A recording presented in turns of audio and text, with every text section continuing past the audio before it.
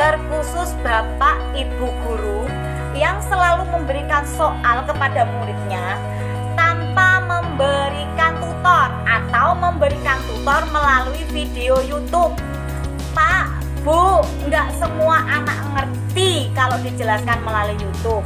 Terus jenengan bisa jawab, terus apa gunanya orang tua di rumah? Pak, Bu, orang tua itu nggak semua orang tua itu ngerti, nggak semua orang tua itu bisa. Makanya anak di sekolah beno anak ngerti ya. Alangkah baiknya kalau memberikan soal pada anak jangan melalui YouTube, oke? Jenengan bikin video sendiri, oke?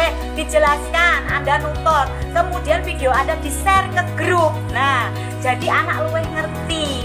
Jangan Anda memberikan soal tanpa memberikan tutor atau menjelaskan caranya, terutama pelajaran matematika. Sakno lho Bu, Pak, muridku kabeh les iki lek gak tak terangno tenan, apalagi delok video YouTube gak ngerti babar blas.